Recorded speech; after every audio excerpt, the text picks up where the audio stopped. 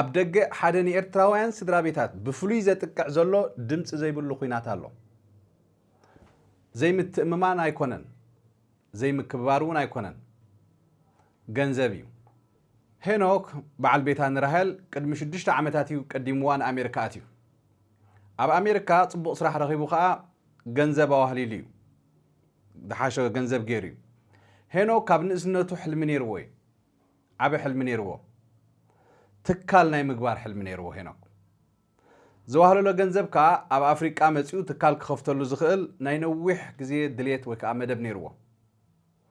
بزخايو كاب قدمات حيزو اموهلال ገንዘብ ፍሉይ ዝኾነ ረአያ ነይርዎ ናብ ስድራ ዝሰዶ ገንዘብ ውን ኣዝዩ ድሩትን ብመደብን እዩ ሄኖክ ግን መደባቱ ክተሓወሶ ጀመረ በዓልቲ ቤቱ ራሄል ናብ ኣሜሪካ ምስኣተወት እዩ ኣብ መንጎኦም ዘጋጠመ ቀንዲ ፀገም ከዓ ብዛዕባ ምስዳድ ገንዘብ ናብ ስድራ እዩ ነይሩ ሓዋላ ንብሎ ማለት እዩ ኣብ ፈለማ ራሄል ስራሕ ስለ ዘይነበራ ኣታዊ ነበራ ገንዘብ ናተይ ትብሎ ይነበራ راهل كاب سدرا بيتا بخور غزايا تحط من نابرو زنبرم سدرا خا عابيا ابا ابنوس ادمي اي سلازموتا خا اديا بصعدا ايدا غديفا بصليم ايدا ناصر حتي عبياتهم نعان نحواتان امريكا اتي خا صام اديا ختملس كتور هرفان نير وارهل ግን አሜሪካ ምስአተወት ሄኖክ ንሱ ሰርሖ እኹል ገንዘብ ስለዘለዎም ወይ እኹል አታው ስለዘለዎም ኣብ ገዛ ኾፊላ ደቃ ከተዕቢ ክሳብ ትምህርቲ ዕድመ ዝበፅሑ ደቃ ከተዕቢዩ ነጊርዋ ወይ ተሰማሚዑ ንበሎ ግን ብውሽጢ ንራሄል እዚ ነገር ዝኽዋሓጠላ ኣይከኣለን ኣብ ገለ ኣጋጣሚታትን ኣውደ ዓመታትን ክኸውን ከሎ ጥራሕ ንሄኖክ ሃበኒ ኢላ 2-300 ካብ ምስዳድ ወፃኢ ዝኾነ ነገር ክትገብር ኣይከኣለትን ራሄል ንራሄል እዚ ነገር እዚ ቀትሪ ብጋህዲ ብሪኦ ለይትኸኣ ብሕልሚ ኣዲኣ ተኾርሚያ ክትረአያ ጀሚራ ድሕሪ ግዜ ዓቕሊ ስለ ዘፅበበትካ ብፅሕቲ ወርሒ ክንሳ ንሄኖክ ስራሕ ክጅምር ኢላ ትጨቕጭቆ ሄኖክ ሰንቢዱ ፀገማ ክፈትሓላ ተጓዩ ሽዑ $1,000 ካሂብዋ ራሄል ነታ ዘውሃባ $1,000 ሓንቲ ቅርሺ ከይትረፈት እሪ ቁፅር ኣቢላ ኩለን ነዲኣ ሰዲዳትላ بدحرزي ناي هينوكن ناي راهل ركب مليسو حرفف جميرو ناب غزاي ناب سدراي ناب دي قدنك سددالن سلازبلتون سبعات دس كيبولو 4 ساعات معلتي سرح كسرح جميره دق قلعت قديفه درجه كله تسريحه تمص ገንዘብካ ንቤተሰባ ክሰዶ ጀሚራ ቀስ በቀስ ሄኖክን ራሄልን ሕቆን ከብድን ኮይኖም ሄኖክ ሰሪሑ ናይ ባዕሉ ትካል ገብርን ሓዳሩ ኣኽመርሕን ይዘሊ ቀዳምነት ናቱ ራሄል ግን ቀንድስ ኣብ ዓዲ ዝገደፈታ ስድራያት ራያ ኣዲያት ራያ ሓደ ግዜ ሄኖክ ዘይፈልጦ ልዕሊ $1,000 ናብ ስድራ ትሰድድ ራሄል ሄኖካ ንስድራ ቤታ ድሕሪ ነዊሕ ግዜ ይድውል እሞ ሓማቱ ትቕብል ኣቢላ ዝሰደድኩምልና ገንዘብ የቐኒልና ሄኖክ ወደይ በፂሕና ዝበለቶ ኣብ መንጎ ክልቲኦም ዝነበረ ግርጭት أزي عبي أب أفافيت نايفتح كايركو حجي كم زخ سمعوا صنعكم هنوك كلتا شفت ندا سرح زمص ገንዘብ كوهل لمو بدحريو ገንዘቡ في رخا هيوتون حوت حدارون دوكون كوحسي بقدامነት سرعو برايوريتي ناتو مالتي راهل كا نتا ጨፈፍ ኢላ زعبيت ተወላዲታ محጋዚቲ ቅሳነት ዝህባ عرفت ዝህባ بوشታ ሓንቲ ደሞዝ ክልተ ክፍለ ዓለማት በበይኑ ቀዳምነታት زيرخب مدبات هيوت بز مخنيات زخا ابتا حدا غزي موقتي زنبرت حداروم وقح صبح مغرጫው ይበዝሕ ክጋራጨው ከለው ራሄል بدقخان بمدبካን እንበር በደይ ወላ ሓንቲ ዓጠቃኒ ትብሎ ናይ ደቀይ መጻይ ወላ ሓንቲ ይግድሰክኒ ምሽ ኣነ ደቀይ ከም ትኸርተት ዝበልኮ ኸርተት ክብሎ አይደልኒ ንዓኽ ግን ሓዳርክ ደይኮነ ቀዳምነትኪ ስድራኸም ዘገድሱኺ እዚ ጋ ትፈልጥ ዲኺ مزمزاي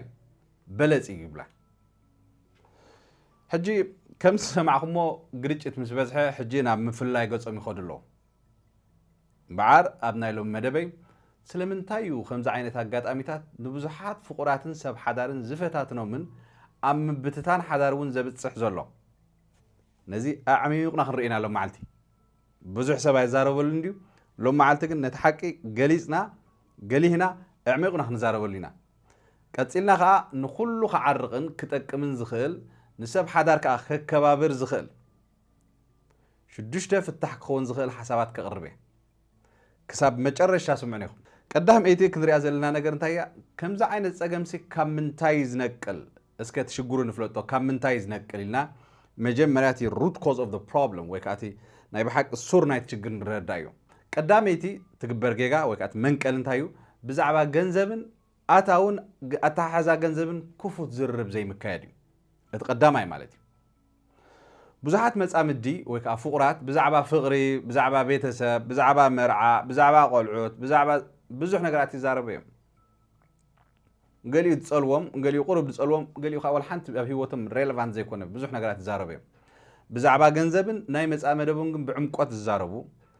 መደብ ሰሪዖም ከዓ ዝዛረቡ ዳርጋ የለውን ዝማያጡ ዳርጋ ብዙሕ የለውን ልሙድ ኣይኮነን ንቤተሰብ ክንደይና ክንሕግዝ ቀዳምነታትና ወይ ፕራዮሪቲስና ህና ከመዩ ክንሰዶ እንኽእል ብዙሕ ገንዘብ ደረቱ ክንደዩ ክንደይ ከሴፍ ክንገብር ንኽእል ሴፍ ንገብሮ ነገር ከናብ ምንታይ ክውዕል ንኽእል ዝብል ናይ ፋሚሊ ቪዥን ወይ ከዓ ናይ ፋሚሊ ራእይ ዘለዎ ዝርብ ዳርጋ የለን ብዙሕ ምዝርራብ የለን ሽግር ምስ መፀ ምዝራብ ኣሎ ሽግር ከይመፀ ከሎ ወይ ከዓ ኣብ መጀመርያ ከመይ ንኽእል ንኹሉ ነገር ብከመይ ንሓዞ ዝብል ብፍላይ ከዓ ኣብ ገንዘብ ማእከል ዝገበረ ዝርብ ግን ዳርጋ የለን ግን ብዙሕ ግዜ ኣብ መንጎ መጻምዲ ብመደብ ኮነ ኢልካ ዝግበር ተንኮል የለን ግን ተንኮል ዳ ይሃሉ እምበር ምዝርራብን ስምምዕን ከዓ የለን ብፍላይ ብትገዳስ ዝበሃል ነጥቢ ብፍላይ ካብ ገንዘብ እዚ ቀዳማይ ጌጋይ ወይ ቀዳማይ መንቀል ናይ ከምዚ ዓይነት ሽግር እዩ ካልኣይ ኣብ ክንዲ ስድራና ምባል ስድራይ ምባል እውን ኣሎ ኣብ ክንዲ ብእኩብ ምሕሳብሲ ብግሊ ምሕሳብ ኣሎ ብዙሕ ግዜ ንኣብነት እንተዳሪኹሞ ስድራኺ ዝብልሱ ሄኖ እሳኻ ኣደያ ትብል ስድራ እያ ትብል ንሱኻ እንታይ ይብል ሓዳረይ ደቀይ ይብል ኣብ ክንዳ ሓዳርና ደቅና ናብራና ዝብል እቲ ቃላት ብጣዕሚ ገዳሲ እዩ ንሳኻ ኣደይ ስድራይ ትብል እቲ ቁኑዕን ከውን ዝነበረ እንታይ እዩ ስድራና ብኸመይ ንሓግዞም መጻኢና ብኸመይ ነውሕሶ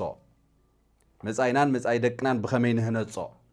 ከምኡ ይኸውን ዘለዎ እቲ ቫካብላሪ እውን ኣገዳሲ ትጥቀመሉ ቃላት ማለት እዩ ኣብዚ ብዙሕ ግዜ ጌጋ ምጽ እዩ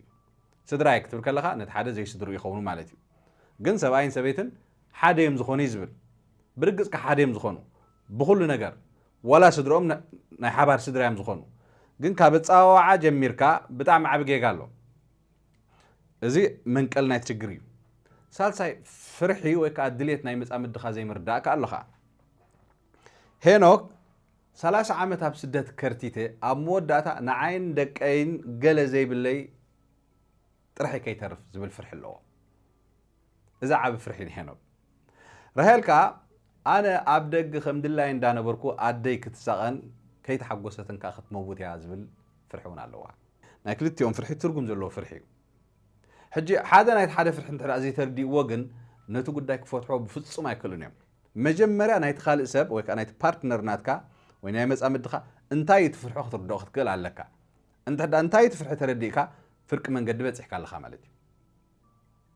ካልእ ከዓ መጻምዲ ብጀካዚ ዝገብርዎም ኣዝዮም ልሙዳት ጌጋታት እውን ኣለዉ ብዛዕባ ገንዘብ ዝምልከት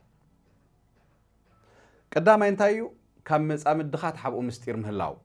ከምዚ ኣብ ራሄል ዝረኣናዮ ራሄል ብሕቡእ ትሰድድ ኣብ መጨረሻ ግዜ ከዓ ተኳሲት ዝኾነት ነጥቢ ከዓ እሳያ ክትሕባ እውን ኣይትኽእልን ኢኻ ሄኖክ ደው ኢሉ ከመይ ኣለኹም ክብል ንሓማቱ ምስ ደወለ ነጓዳይ ሰደድኩምላ ገንዘብ ከዓ በፂሕና ከም ዝሰደዱ ይፈልጥን እዩ ሄኖክ ከዓ ብሕቡእ ገንዘብ የዋህልል ንመጻኢ ዝኾኑ ናይ ስድራ ቤት ሴኪሪቲ ኢሉ ማለት እዩ ኣብዚ ነገር እዚ ምትእምማን ትመውት ሓዳር ካብ መጨረሻ ይብተን ስለዚ ካብ መጻምድኻ ትሓብኦ ምስጢር ኣብ መጨረሻ ምግልሁ ይተርፎን እዩ እቲ ዝኸፍአ ንሓዳር ክብትኖ ዝኽእል ከዓ መጻምድኻ ዘይፈልጦ ይንኣስ ይዕበ ገንዘብ ይኹን ካልእ ነገር ምግባርን እዩ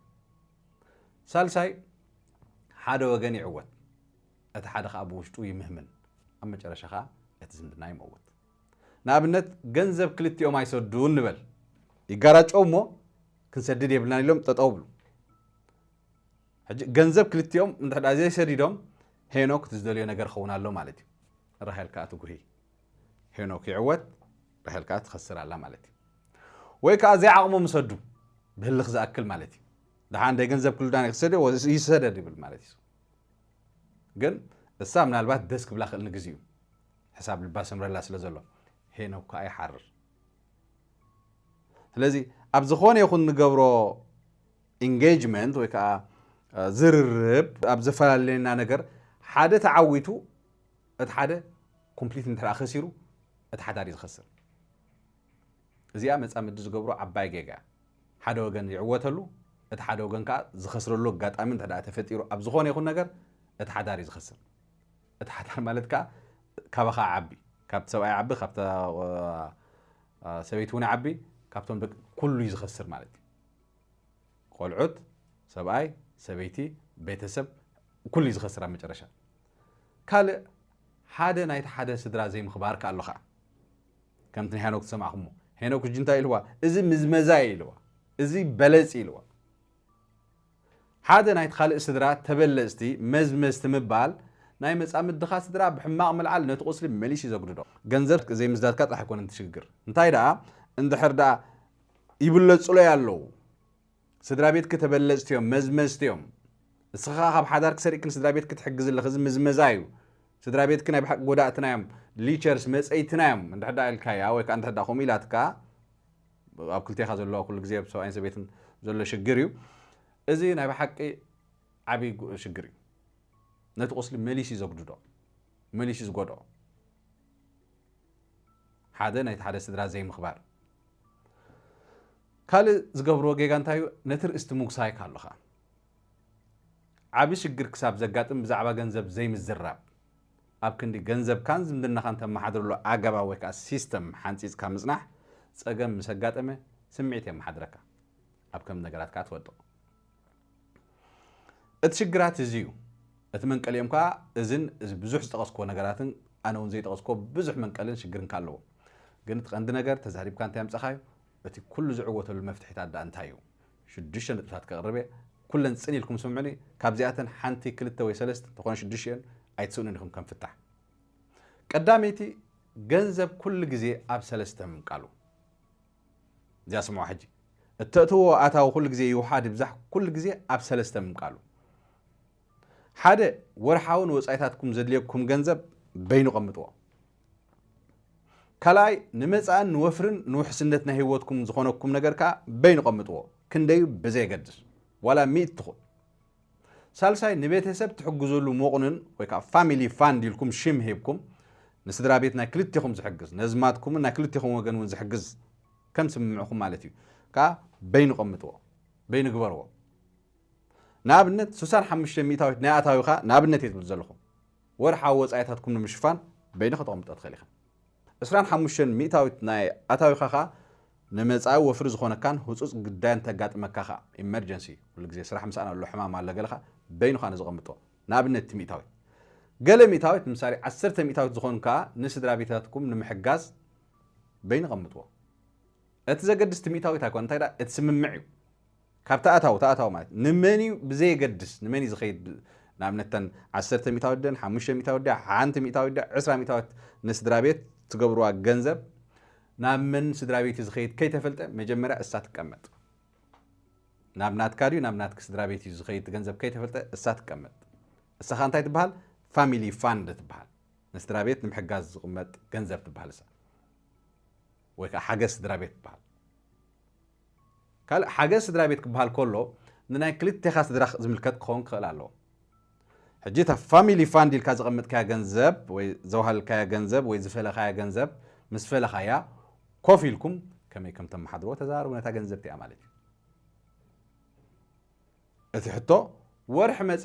ክንደይ ገንዘብ ኢና ክንሰድድ እንተዳ ትብሉ ኾንኩም ኣብ ሽግር ክትኣትዉ ኢኹም ናይ ቤተሰብ ሓገዝ ናህና ባጀትና ኣብዚ ወርሒ እዚ ብኸመይ ነመሓድሮ ግን ክትብል ትኽእል ኢኻ ካብታ ዘላ ፋንድ ማለት እዩ ወይ ካብታ ዘላ ግምጃ ንበላ ወይ ፍሊት ንቤተሰብ ክትመሓድረላ ገንዘብ ካብታ መቑርንቲያ ክንደይ ካብዚኣስ ንመን ኺዳ ክትብል ትኽእል ኢኻ ካልእ ወርሓዊ ሓገዝ ካብ ፍሉይ ሓገዝ ምፍላይ ወርሓዊ ናይ ቤተሰብ ሓገዝ ንመሰረታዊ ነገራት ከም በዓል መግቢ ኤሌክትሪክ كلا أدليت نجارات حلقت نجارات يزوعل ورحاول نبيت سب صدق قوام جنزب كابزو وصاز جبر فولي حاجز كالو نابنا تحوخا موترخ جز دليل جردين جبر بعرايك عندك دليل حدا بعراي سلازلو صمد بعرايك جبر ماكينه تسيراتو سبير جزيو كعريا دليلو نسرع تخونو نزغت فلالي خدكل عليك اتي نبيتسب كتصد ገንዘብ نابنت ورحاوي تصدق قوامي نيلتيك نماي زدل نحدا خوينو وسلو ግን ከአ ንቤተሰብ እግርን ምትካል ዘብል ከም ዝብልኩም ብዕራይ ንምግዛእ ሞተርን ንምግዛእ ካልእ መኪና ንምዕራይ ንስራሕ ዝኸውን ካልእ ንሕዳ ኮይንካ ነዚ በበይኑ ሓዝዎ ካልእ ሳልሳይ ማለት እዩ ዘይተሓስበን ህፁፅን ኣጋጣሚ ንሕዳ ኣጋጢምካ መርዓ ኣሎ ሰባት ኢና ሕማም ኣሎ ሞት ኣሎ ውራይ ኣሎ ኣውዳመት ኣሎ እዚ ኩሉ ክጋጥም ከሎ ትገብሮ ሓገዝ ንግዚኡ ክትዕብየት ግን ብስምምዕን ናይ ግዜ ምቓን ከዓ ዘለዎ ክኸውን ክኽእል ኣለዎ ምክንያቱ እታ ኮንስታንት قوامي تسدد نبركا نجا جنزب الله بجحري حدا نجار أقاتي من حدا حافة بالكايا أتوم صدرها بقى باجت كود خليهم كسب معاسي خافت بلا كلتها سامعت كلا لك ده حركات أنا برتا متان كنت مسا ما تحسوس وان مش حلفة تخونتها تازنيخها أبتنا هيك أدم كامتان كنت مسا ماتي سلز زي تحاسبن خصوصا أقات أمي نتنات كباجت كأوصي بلون نجزي حافلو بجحري تنايك أدم كملش خلالو رابعي بزعبا جنزب لباوي فولين على المقبار أزي قداس نجا بزعبا جنزب ترحت اللازم بلو خاب جزاوة إخا قلعت هسانات أب زي بلو أب صبق مود كلها أب سمعت كأت خلها شجر كجات مخلها مزرع حنسات راح يكونس periodically أب ستوس سنة كذا كما يخيلالو انتاينا خنقبر زل انتاينا أجاس خنقبر أينا يبزحلو أينا يوحدالو ندابل كم مزرع حمشيتي دلايكات تجبرا نيش شيء نات كجنزب ممداب زي كده استاجي بولك خا نابزدل خايا مع الله تعالى جنزب مهلاو زي كده استا انت دليخه خدان تجزا كابز كله وصاي مالك حسبيت انت دخلت $100 دلي خوينو سبعين تحت $300 دلي خوينو وين بقمت قالو ازين اسا زيت حتى كا اسخاون زيت حتى فريت جنزب ممداب تدليخه خدان تجزالو تدليخه دق خيت كاتبلعلو تدليخه مسعر خمس محاز خيتكي انجوي تقبرلو تدليخ نستراخ تسدلو زي اقداسيت ነገር زي انتيا اتمص امدخا ابيتيخا زيبلك اسخون زيت بليو زياده ገንዘብ كسدم زيلخا صقم كيفطركي دراما خي تفطره كابتانات كباجت كسديات خلي كابزا ገንዘብ زي مالتي زي اقداسيت بريزنج سبيس تبقى شادشيتي قدامነት نحدارك زعبيت نجا حدار نحرات هبتينو كله فحبتني ذاته نسخة لبخاي سبر تحمم دقها سلمات مسايه اللوم وتم كتحجزهم يلكا حدار كذبتنكا ولد دخاون يخاف أمبر أيشومني حدار مسرت كل صبغ نجاري سلازو خانخا نحدار كا أو واقع داغا زوتو زخوني يخون نجار زي مكبار كلت تخا مالتي أموداتا نحنا كم حبرتسب بحنت دوموز أب كلت عالم كاب سلسته كاب أربعة سدرابيت ويك أب فاميلي إن علي فليز بلنا برازلنا فليز بلا شجر زلنا سدرابيت ويك حبرتسبينا نزينو برنجر كا بسمعت كنا محضرب بفصم عين خلينا عواز عنا نخا كم مزام الدخا حبيكا حدار كاسريكا سدرخا محجاز عنواتي بمدب بقلوس أجباب بحبرة حبيركا تسمامي خان تداجي كاغن كل جزء ندات حجوسكا ندع بخاخات نبر أبزلو معلتي سمعنا يا قدامي هنوك حما ويكاج كان سبا يكون بفصم رهالون زي امنتن حدا رخا زي تخبر سب ايكونتن اتغن صقمهم كوفيلكا زي مردان نخلتيهم زسامع مدبكا كاب سمعت وصيخا زي محنصاصني اتقن دقه صقمهم زي كاب زخا ينخن كنسور زلنا بخومي خا نزلنا معلت مدب داليه زلخم زاني معلت مدب ادلايت كوين انت دارخيكما مس مصام الدخم مس مصام الدغن كوينكم كوينكن رايوا رايا ካልኦት ካብ ዝሎም ማዓልቲ ዘቕረብክዎ ትሕዝቶ ክትጥቀሙ ዝኽእሉ ሰባት እንተዳልዮም ኮይኖም ከዓ ወይ ከዓ ክትጥቀሙ ዝኽእሉ እዮም ትብሎም ሰባት እንተዳልዮም ኮይኖም ከዓ ኣካፍልዋ ሼር ግበርዋ ኢኹም ንኹላትኩም ፍቕሪ ዘለዎ ሓዳር በረኸት ዘለዎ ኣታዊ ዕብየት ዘለዎ መጻኢ ትምንየልኩም ንሎሚ ምሳኹም ፀናሕኩ ኣኽሊሉ ሃብቴ ሚካኤል ኣብ ዝመጽእ መደብ ብኻልእ ትሕዝቶ ክሳብ ንራኸብ ኣምላኽ ምስ ኩላትና ይኹን ሰላም